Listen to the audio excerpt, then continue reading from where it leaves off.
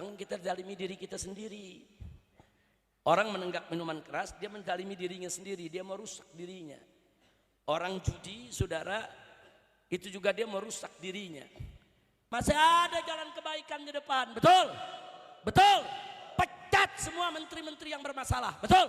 Menteri yang terlibat korupsi, menteri yang terlibat KM50, menteri yang terlibat tabrak undang-undang, menteri yang terlibat perjudian, menteri yang terlibat penyelewengan bansos. Wah, udah geregetan aja dah. Ini kalau lagi begini, gue lupa sama penyakit gue. Isinya, kalau ulama berteriak judi haram, pemerintah serius berantas judinya. Ini kadang-kadang aparat jadi backingnya. Apa ceritanya, saudara? Inna lillahi wa inna ilaihi raji'un. Hati-hati.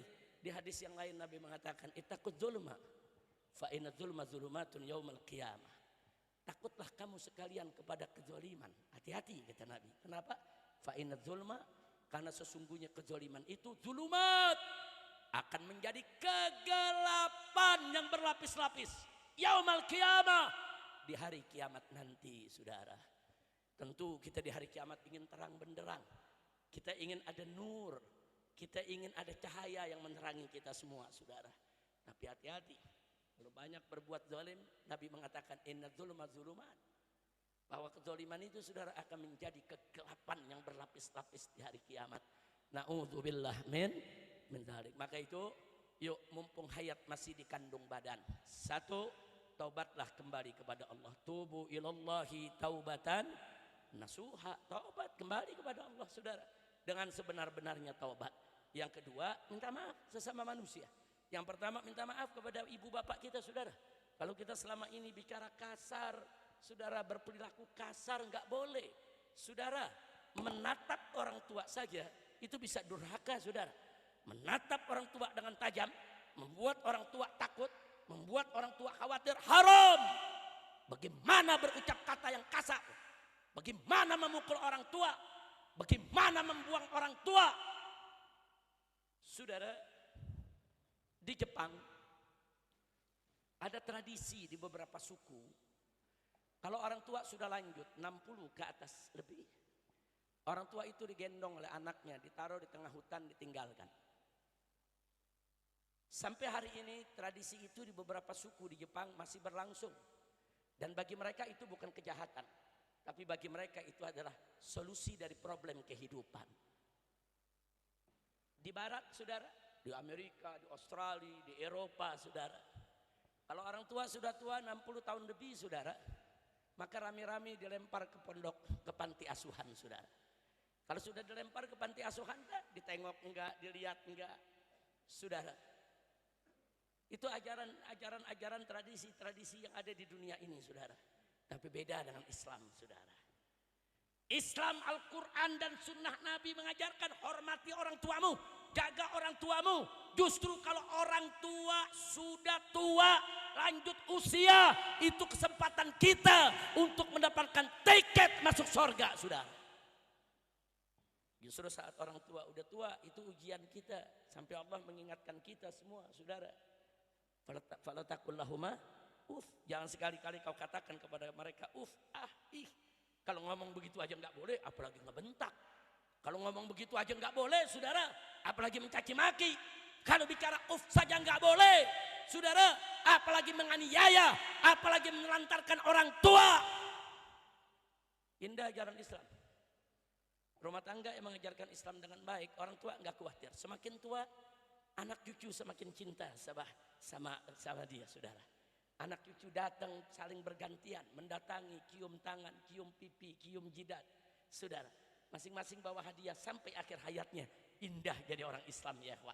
Enggak, Islam yang ngajarin taruh orang tuamu di panti asuhan, taruh orang tuamu di pondok. Enggak, Islam enggak ngajarin. Kecuali kalau kondisinya darurat, saudara. Oh, seorang anak dia bekerja.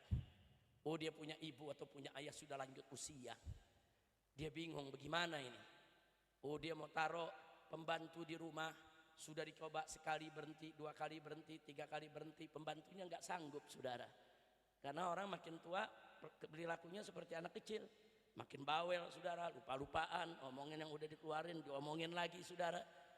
Kalau kurang sabar saudara, pegel memang saudara. Nah akhirnya apa? Terpaksa. Kalau dia ngerawat orang tuanya, dia nggak dapat nafkah bulanan, dia kerja. Dia titip di pondok saudara. Dia titip, yaitu di pondok duafa atau pondok lansia. Nah, dia titip saudara di panti asuhan. Panti asuhan yang dia percaya, yang mengajarkan keislaman, mengajarkan keagamaan. Ini Kiai Ahmad Sobri Lubis saudara.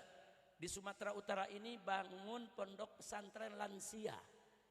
Jadi santri-santrinya ibu-ibu yang umurnya udah 70, udah 80 tahun sudah. Dan saat ini di Megamendung juga sedang dirintis lagi saudara. Jadi kadang-kadang anak dicinta sama orang tua, cuman dia mau ngurus orang tua nggak bisa, dia kerja. Kalau dia nggak kerja nggak ada nafkah buat orang tuanya, dia titip di pondok. Di pondok ada ustadz-ustadz yang ngajak mereka sholat subuh, ngajak mereka zikir, ngajak mereka zuhur. Masya Allah saudara. Saya datang ke Sibuhuan di Sumatera Utara, kampungnya Ustadz Sobri. Saudara, saya datang ada puluhan orang-orang tua semua saudara. Senang mereka diajak zikir.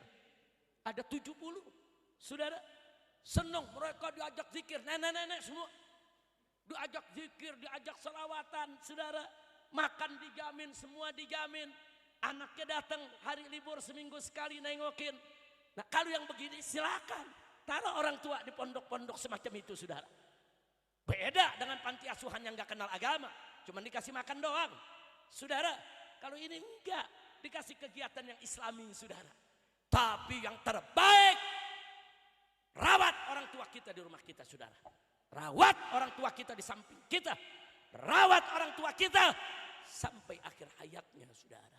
Kalau kita mengatakan orang tua kita bawel, kau juga masih bayi bawel. Tiap malam bangun nangis. Ayahmu yang bangun, ibumu yang bangun. Tengah malam kencing, buang air besar. Ibumu yang cebokin, ayahmu yang ngayunin. Apa kau pikir waktu kita bayi kita ini tidak bawel? Jauh lebih bawel daripada orang tua kita. Jauh lebih rewel daripada orang tua kita saudara. Jangan zalimi orang tua ya kawan. Orang tua kunci kebahagiaan dunia akhirat kita. Nah jadi hari ini kita akan bicara belak-belakan soal pemerintah, soal keadilan, soal rakyat yang terus menderita karena ulah pejabat yang tidak becus, bahkan merugikan masyarakat. Dan saya sepenuhnya setuju dengan apa yang pernah disampaikan oleh Habib Rizik Syihab, bahwa para menteri, pejabat, siapapun dia yang jelas-jelas telah melakukan kesalahan besar seperti membackingi judol, terlibat dalam kasus KM50, pelanggaran HAM, hingga korupsi harus segera dipecat oleh Presiden Prabowo Subianto. Jangan sampai orang-orang seperti ini dipelihara di kabinet, karena selama mereka masih duduk di kursi kekuasaan, selama itu pula rakyat akan terus tertindas dan keadilan hanya menjadi angan-angan belaka. Kita lihat bagaimana banyak kasus yang mencoreng wajah pemerintah saat ini. Kasus KM50, penembakan luar biasa yang melibatkan aparat negara. Ada juga kasus-kasus korupsi yang sudah terbongkar, namun pelaku hanya mendapatkan sanksi ringan atau bahkan tetap menjabat. Padahal Habib Rizik pernah tegas menyebutkan ada 5 menteri yang lebih layak dihukum karena membuat onar dan menyebarkan informasi palsu kepada publik. Ini bukan sekedar omongan biasa. Ini adalah teguran keras dari seorang tokoh yang peduli pada nasib bangsa. Dan jika pemerintah tak kunjung mengambil sikap tegas, maka semua usaha ulama untuk membersihkan masyarakat dari kemungkaran akan sia-sia belaka. Para ulama dari berbagai pelosok negeri sudah habis-habisan mengajarkan umat untuk menjauhi segala bentuk kemungkaran, mulai dari korupsi, riba, fitnah, hingga pengerusakan moral. Tapi apa artinya itu semua jika pemerintah malah membiarkan oknum-oknum pejabat tetap eksis di tengah-tengah rakyat yang mereka rugikan? Habib Rizik pernah menyatakan bahwa presiden sekalipun harus keluar dari ormas jika ingin menjaga netralitas dan integritas jabatan negara. Ini adalah pesan yang sangat kuat tentang pentingnya clean and clear government. Sekarang tanggung jawab besar ada di tangan Presiden Prabowo Subianto. Beliau punya mandat rakyat untuk membawa Indonesia lebih adil, aman, dan sejahtera. Maka dari itu, hai Pak Prabowo, mulailah dengan membersihkan kabinet, pecat menteri dan pejabat yang bermasalah, ganti dengan orang-orang yang benar-benar memiliki integritas, kapabilitas, tegas dan komitmen untuk rakyat. Karena jika tidak, maka rakyat akan terus bertanya di manakah letak keadilan itu berada. Saya percaya rakyat Indonesia tidak butuh lagi retorika. Kami butuh aksi nyata, butuh pemimpin yang berani bersih-bersih. Dan jika Anda setuju dengan pendapat saya hari ini, setuju dengan Habib Rizik bahwa pejabat korup, pelaku pelanggaran HAM dan pembacking kemungkaran harus segera dipecat, maka klik tombol like, share video ini, dan ajak saudara-saudara kita yang lain untuk sama-sama menuntut keadilan dan menyuarakan hal ini. Karena bangsa ini tidak akan maju selama kebenaran terus tertindas dan kebatilan dipelihara di istana negara sana.